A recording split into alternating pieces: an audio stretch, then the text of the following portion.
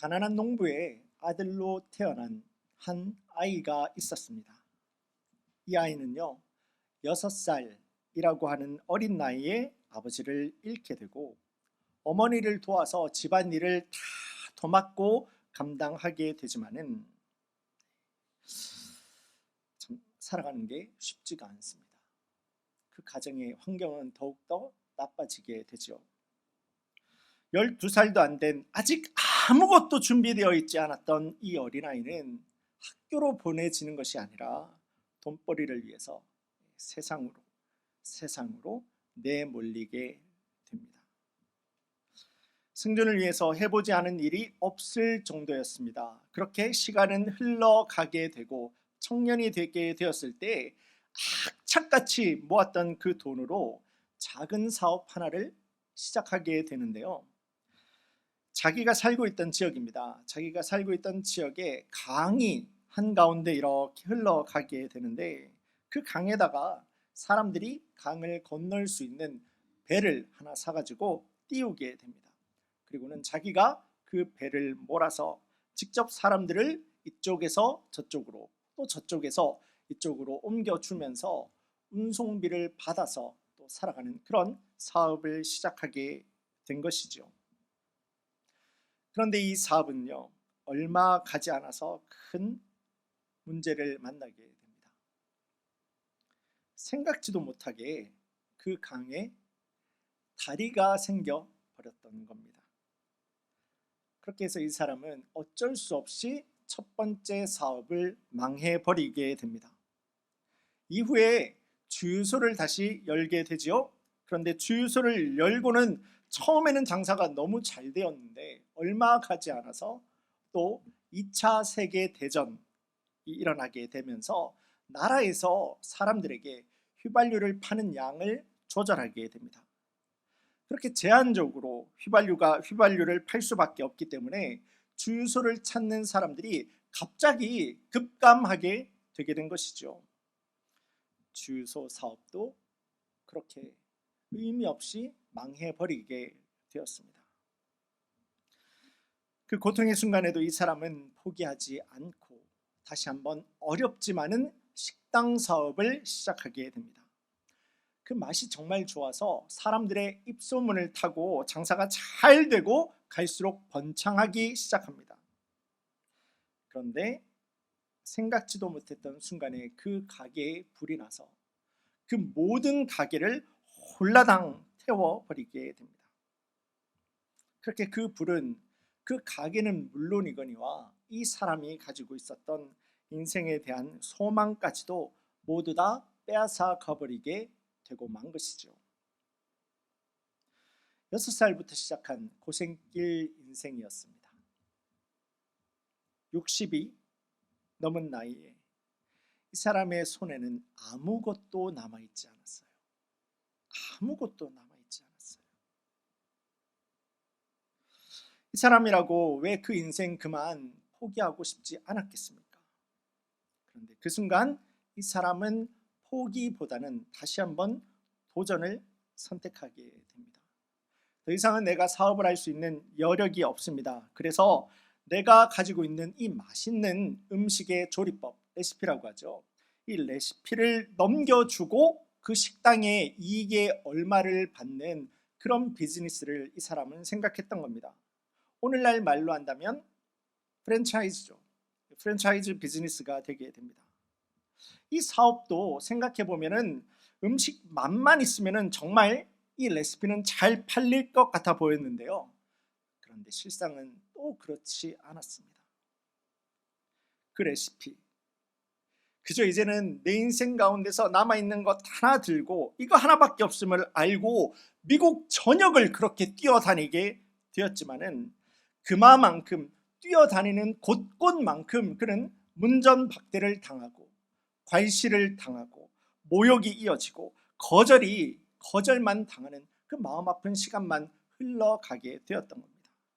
그래도 이 사람은 포기하지 않습니다. 다시 그 자리에서 일어섭니다. 그렇게 만나게 된 1009번째 비즈니스 미팅입니다. 1000번이 넘게 되었죠. 그 1009번째 비즈니스 미팅에서 이 사람의 조리법을 알아보는 사람을 만나게 되고 그 자리에서 바로 계약을 해버리게 됩니다. 그리고 이 사람이 주는 조리법대로 음식을 만들어 팔게 되었고요. 그야말로 초대박이 나게 됩니다. 그 이후로는요, 수많은 곳에서 이제는 이 사람의 조리법을 우리 가게에서도 사용하게 해주세요 달려와서 부탁을 하는 일이 끊임없이 일어나게 되었습니다. 그렇게 이 사람은요, 세계적인 음식 체인점을 만들어 버리게 되는데요. 우리 성도님들, 이 사람이 누군지 아십니까? 화면을 통해서 보실 수 있는 것과도 같이 KFC의 주인공 할랜드 데이비드 샌더스입니다. 그는 60이 넘는 나이에 일어난 그 화재로 인해서 모든 것을 전부 다 잃어버리게 됩니다. 그럼에도 자신에게는 아직까지 하나 남아있던 그 음식 레시피를 끝까지 포기하지 않고 끝까지 팔기 위해서 낡은 정장 한 벌, 하얀색이었죠. 그 하얀색 낡은 정장 한 벌을 입고 전국을 그렇게 쫓아다녔던 겁니다. 그렇게 1008번의 거절 끝에 만들어진 KFC는 현재 전 세계 매장 수가 10,000개가 넘었다고 합니다. 세계적인 기업이 되게 된 것이죠. 만약 저 KFC 할아버지가 1008번째 미팅에서 그 마음에 씻을 수 없는 상처를 가지고 좌절하고 낙담하고 그래서 포기해 버렸다라고 하면은 어떻게 되었을까요? 아마도 우리는 KFC에만 있는 그 맛있는 치킨을 맛볼 수 없었을 뿐만 아니라 그 치킨보다도 더 맛있는 코슬로는 절대 우리가 경험해 볼 수가 없었을 것입니다. 화면 내려주시면 됩니다.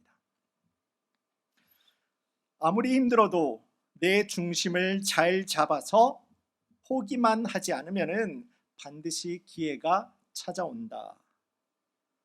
이것이 바로 어린 시절부터 이어진 6살부터 60이 넘도록 이어진 거절과 위협과 조롱과 멸시의 인생 가운데에서도 나의 비전을 포기하지 않고 꾸준히 달려갔던 그 KFC 할아버지 이야기를 통해서 볼 수 있는, 우리가 생각해 볼 수 있는 의미 있는 이야기가 아니겠습니까?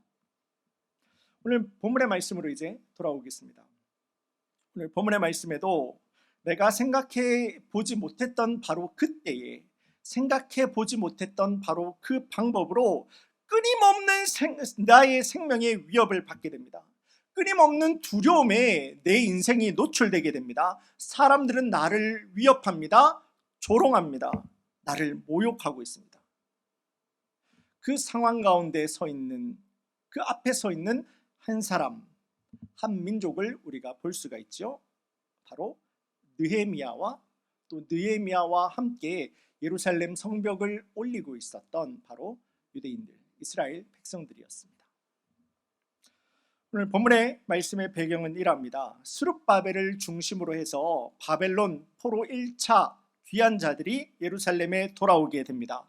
그들은 이제 예루살렘으로 돌아오게 될 때 무너져 있던 그 솔로몬의 전, 하나님의 전을 다시 한번 올리게 되고 결국 하나님의 전을 완공하게 됩니다. 완성합니다. 그 이후에 에스라를 중심으로 해서 두 번째 바벨론 포로 귀한 자들이 예루살렘으로 돌아오게 되는데요. 여기가 우리가 지난주에 보았던 말씀이죠. 에스라는 예루살렘으로 다시 돌아오게 될 때 하나님의 전이 자기들보다 먼저 갔던 이스라엘 사람들을 통해서 하나님의 전이 완공되었다라는 소식을 듣고는 미래에 대한 소망과 그 희망을 너무나도 많이 가지고 예루살렘으로 돌아오게 되었는데요. 실상은 어땠습니까? 예루살렘에 먼저 돌아와서 하나님의 전까지 다 건축하였던 이스라엘 백성들은 정말 귀하고 아름답고 놀라운 사역에 헌신한 것이 맞습니다. 맞지만은요, 이들은 아무것도 알고 있지 못한 채 그들 스스로 심각한 죄에 빠져 있었던 것을 우리가 함께 보았습니다. 이 에스라는 그 다른 모든 것들에 앞서서 이스라엘 가운데에서 일어나야 되는 진정한 회개, 지난주에 키였습니다. 진정한 회개, 곧 내 마음의 결단을 삶의 행동으로, 내 마음의 결단을 삶의 순종으로 이어가는 참된 회개 운동을 벌이게 됩니다. 에스라는 그렇게 이스라엘 가운데 무너진 하나님께서 다스리시는 하나님의 영적 질서와 참된 예배를 다시 한번 회복하는 일에 그의 모든 사역에 초점을 맞추게 되었습니다. 그리고 말씀은 오늘 본문이 속해 있는 느헤미야서로 이렇게 이제 넘어오게 됩니다. 그 당시 페르시아의 아닥사스다 왕이 마시고 있던 술을 관리할 만큼 높은 지위에 있었던 느헤미야였습니다. 이 느헤미야가요, 하루는 예루살렘이죠, 고향 소식을 이렇게 듣게 되는데요. 그런데 예루살렘 소식을 듣고 있어 보니까 정말 그 이야기가 비참하기 그지 없었습니다. 포로로 바벨론에 잡혀오지 않고 아직까지 예루살렘에 남아서 그 땅에서 살고 있었던 유대인들, 그들이 포로로 잡혀오지 않았다라고 해서 그 사람들의 환경이 더 좋았던 것이 아니에요. 유대 지방에 있었던, 그 지방에 살고 있었던 다른 민족들이 끊임없이 예루살렘을 공격했고 아직까지 그 땅에 남아 있었던 유대인들을 괴롭히고 그들을 침략했다라는 거예요. 그 중에 얼마라도 남아 있었던 예루살렘 성벽은 완전하게 무너져 버리게 되었고, 그나마도 남아 있었던 예루살렘 성문은 불타서 아예 완전하게 없어져 버렸다라는 이야기를 듣게 됩니다. 멸망한 예루살렘이 이제는 더 완전하게 무너져 버리게 된 것이죠. 우리 성도님들, 부관참시라고 하는 단어, 그런 말 잘 알고 계시지 않습니까? 이미 죽은 사람입니다. 이미 죽은 사람이 있는데요, 그 사람이 생전에 저질렀던 그 죄가 나중에 밝혀지게 되었을 때 그 시신을 무덤에서 꺼내게 되죠. 무덤에서 꺼내서 그 시신에다가 더 할 수 없는 훼손을 해버리게 되는 겁니다. 그렇게 하면서 이 사람의 명예를 땅바닥에 짓밟아 버리게 되는 것이고요, 또 이 사람을 중심으로 한 그 집안이 다시는 그 땅에서 일어서지 못하도록 못 박아 버리는 것이 바로 부관참시라고 하는 겁니다. 지금 하나님의 백성이, 지금 예루살렘이 그런 비참한 상황 가운데 놓였던 겁니다. 망했는데요, 짓밟고 있었던 겁니다. 그 참담한 소식을 느헤미야가 전해 듣고는 민족의 아픔을 나의 아픔으로 느헤미야가 가지게 될 때에 페르시아의 왕이 그가 사랑하는 종 느헤미야의 얼굴을 이렇게 읽어버리게 된 겁니다. 아닥사스다 왕은 느헤미야를 유다 총독으로 세우게 되면서 그에게 가서, 네가 가서 예루살렘에 가서 무너진 성벽을 재건할 것은 물론 그 일을 하는데 필요한 다른 모든 것들까지도 이 느헤미야를 도와주는 그런 역할을 이제 아닥사스다 왕이 감당하게 되었습니다. 그렇게 느헤미야는 이제 예루살렘으로 돌아옵니다. 돌아와서 예루살렘 성벽을 올리는 일을 이제 시작을 하였던 거예요. 그런데요, 예루살렘으로 돌아와서 이제 성벽을 올리는 작업을 시작을 하고 있는데요, 그 예루살렘을 둘러싸고 있었던 이스라엘의 대적들이 그것을 가만히 보고는 있지 않았습니다. 끊임없는 조롱, 끊임없는 위협, 끊임없는 모욕, 조롱 퍼붓고 있는 겁니다. 느헤미야가 지금 어떤 사람으로 유대 땅에 다시 돌아왔습니까? 당대 최고의 나라였던 페르시아의 왕 아닥사스다가 보내는 유대의 총독입니다. 곧 그 말은 유대의 통치자로 지금 느헤미야가 왔다라는 거예요. 유대를 다스리는 통치자가 되어서 돌아오게 되어서 그가 총독이 예루살렘 성벽을 올리겠다라는 그 사업을 시작을 하게 되었지만은 그 일은 지금 주변에서 일어나고 있는 그 저항으로 인해서 말처럼 녹록하지가 않은 상황이었던 겁니다.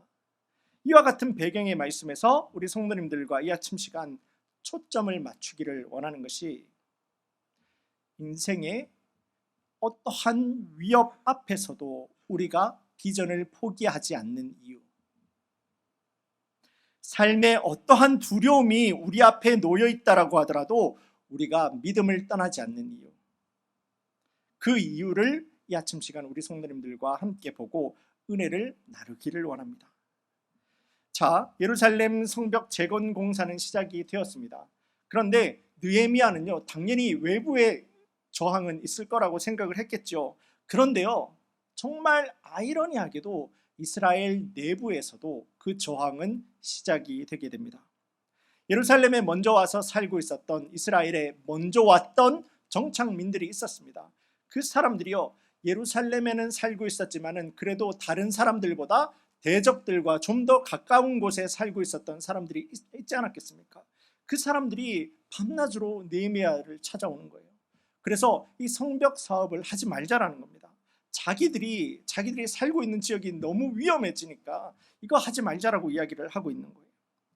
또 공사의 초기에는 이스라엘의 대적이 찾아와가지고 열심히 작업을 하고 있는 이 이스라엘 백성들을 놀리고 조롱합니다. 너희가 그렇게 만들어가지고 그게 어디 성벽이 될 수는 있겠냐고. 여우 한 마리가 올라가도 그 성벽은 그 위에서 그대로 무너져 버릴 것 같다라고 놀리면서 기죽이는 거예요. 그럼에도 불구하고 공사는 잘 진행이 되게 됩니다.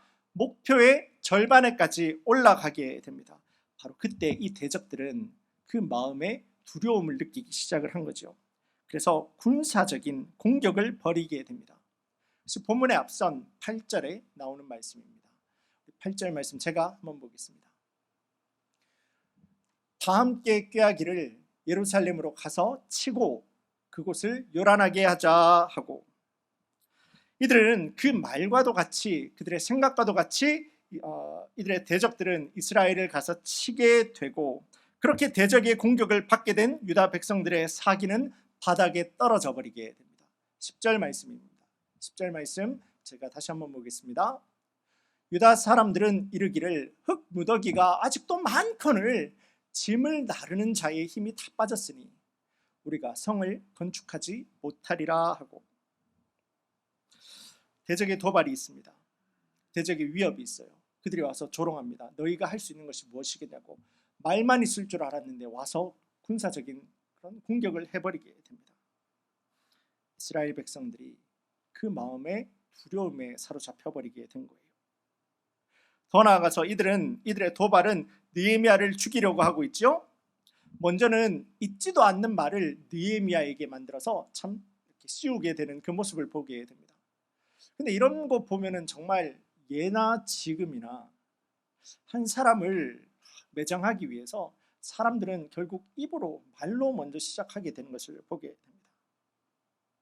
느헤미야가 저렇게 성벽을 열심히 완성을 하고 있는 것은 곧 페르시아의 왕을 그가 배신하고, 저 예루살렘 성벽이 다 올라가게 되면은 저 느헤미야가 페르시아의 왕 아닥사스라를 배신하고 스스로 유다의 왕이 되려고 하고 있다라고, 그렇게 거짓 소문을 퍼뜨리고 있는 거예요.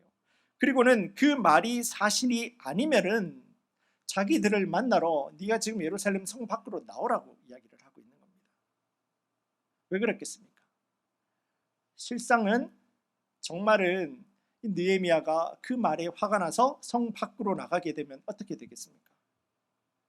그 자리에서 느헤미야를 죽이려고 했던 계획이 있었던 거예요. 그런 도발과 위협에 느헤미야가 전혀 요동하지 않습니다. 그렇게 해서 느헤미야 시의 작전은 그냥 실패하고 말게 되는 거죠. 저는 우리가 함께 본 것과도 같이 끊임없는 인생의 두려움, 끊임없는 인생의 위협, 끊임없는 인생의 조롱 앞에서 느헤미야는 포기하지 않습니다. 도망가지 않습니다.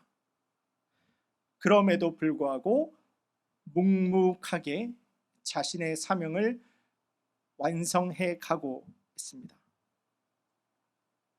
왜냐하면요, 느헤미야가 그 마음에서 하나님 주신 그러한 비전과 소망을 그가 포기하지 않을 수 있었던 이유는요, 느헤미야는 기도하면서 일을 했고, 느헤미야는 일을 하면서 기도할 줄 아는 믿음의 사람이었기 때문입니다.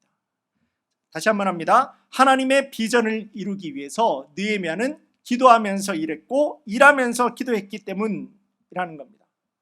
오늘 본문에 앞선 우리 9절 말씀 그리고 17절, 18절 말씀 우리 다 함께 한 목소리로 보겠습니다. 시작.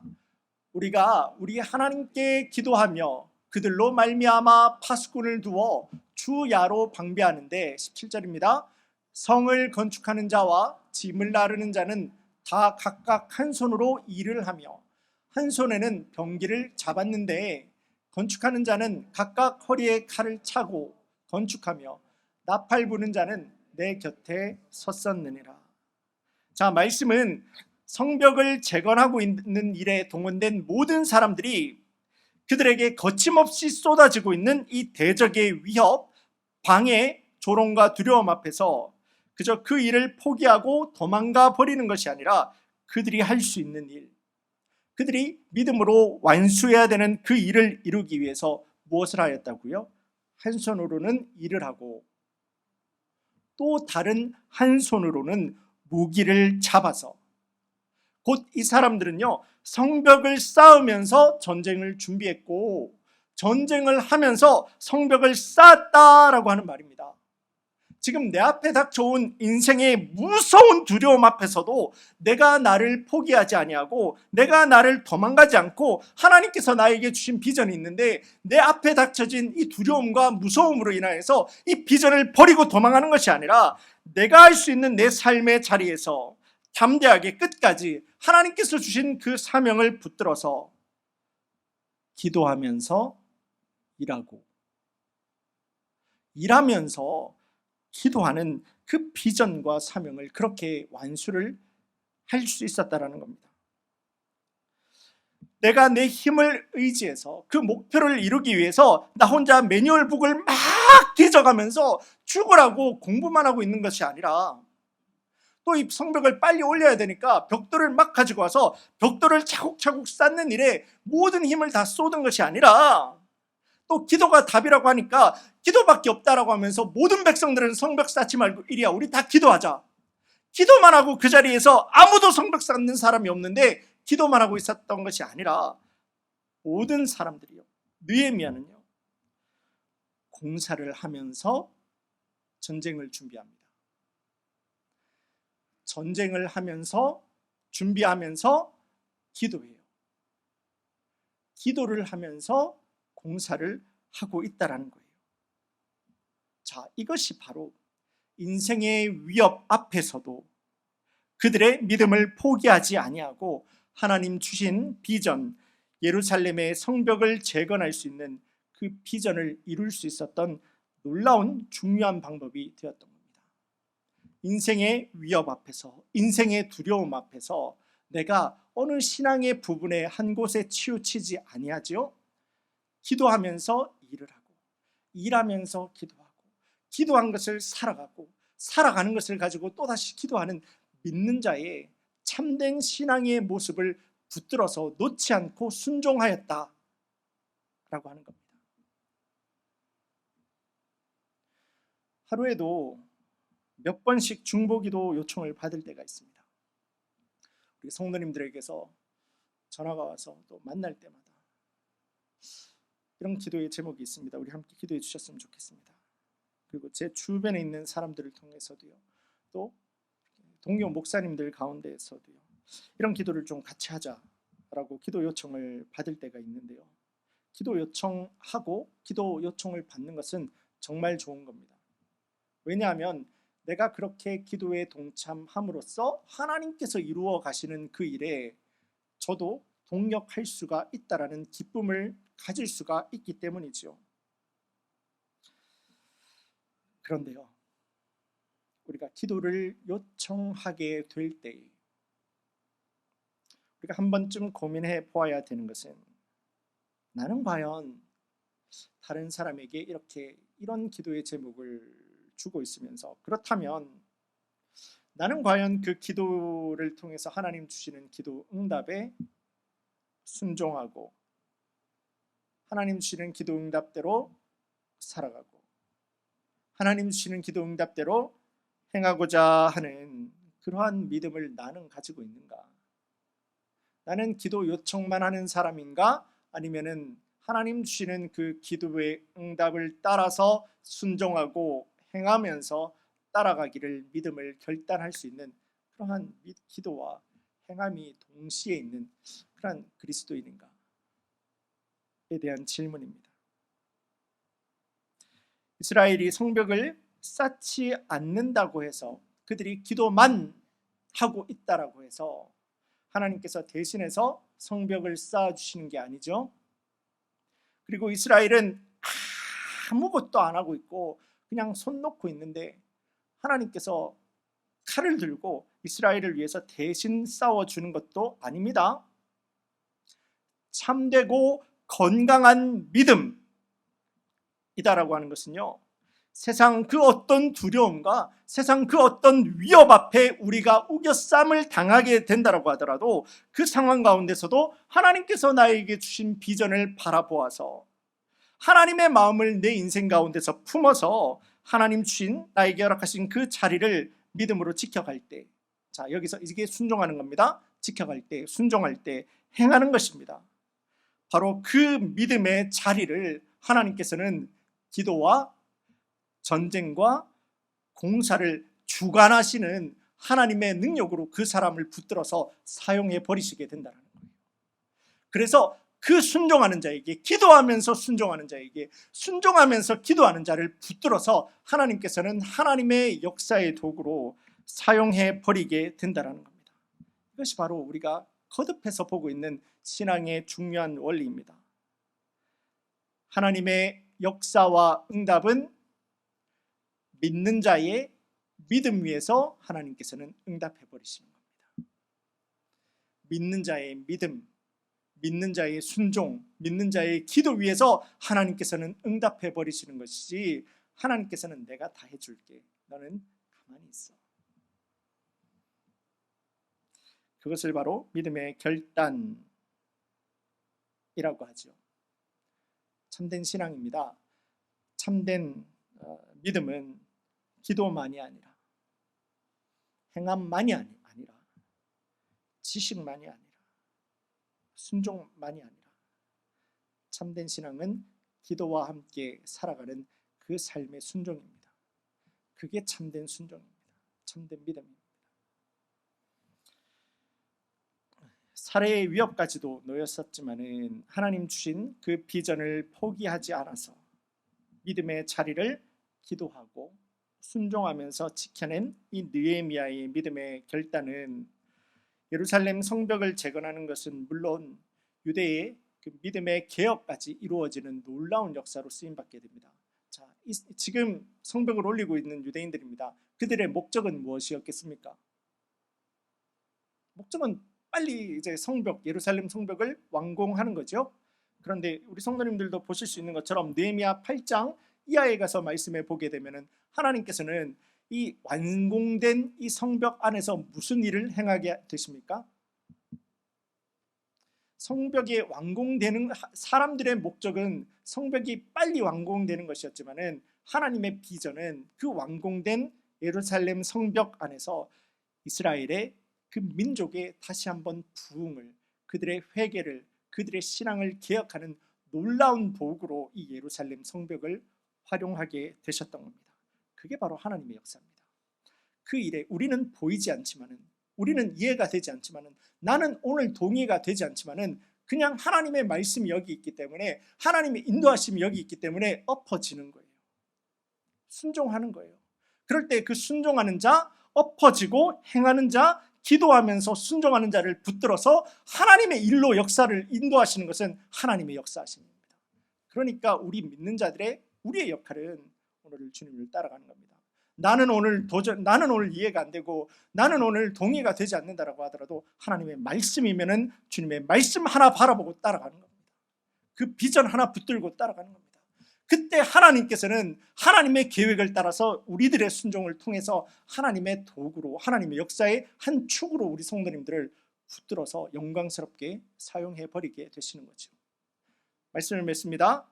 오늘 말씀을 시작할 때 어린 시절부터 겪어야만 했던 그 인생의 끝없는, 세상의 끝없는 거절과 두려움, 그리고 위협 앞에서도 내 비전을 포기하지 않아서 최선을 다해서 성공한 한 사람의 이야기로 오늘 말씀을 열었습니다.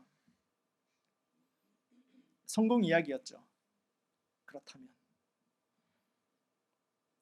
오늘 본문의 말씀을 통해서 예수님의 제자된 우리 성도님들과 제가 우리 역시도 우리의 삶 가운데서 놓일 수가 있는 인생의 위협 앞에서, 인생의 두려움 앞에서 주님 주신 이 비전을 포기하지 아니하여서, 복음을 버리지 아니하여서 우리 성도님들의 삶의 자리에서 주님 한 분만을 기도하면서 순종하고 바랄 때 하나님께서는 우리 성도님들을 어떻게 붙들어 사용하시겠습니까? 바라기는 믿음과 함께하는 삶입니다. 기도가 순종으로 이어지는 자의 삶입니다. 순종이 또다시 기도로 이어지는 우리 믿는 자의 삶입니다. 이와 같은 참된 믿음, 참된 신앙을 우리 성도님들이 놓이게 되는 어떠한 상황과 어떠한 조건 가운데에서도 우리 성도님들 하나님의 비전을 포기하지 않기를 원합니다. 예수님의 제자가 되어서 나의 삶을 통해서 성령의 열매가 드러날 수 있는 여러분들의 입술과 여러분들의 발걸음과 손과 인생이 될 수 있기를 간절히 소망합니다. 그 가운데 인생의 위협 앞에서도 예수님을 놓지 않는 우리 모든 성도님들의 삶을 통해서 주님 앞에 영광스럽게, 또한 주님 예비해 놓으신 하나님의 은혜를 누리고 증거하며 살아갈 수 있는 우리 모든 라스베가스 커뮤니티 교회 성도님들 한 분 한 분이 될 수 있기를 주님의 이름으로 간절히 축원합니다. 다 함께 기도드리겠습니다.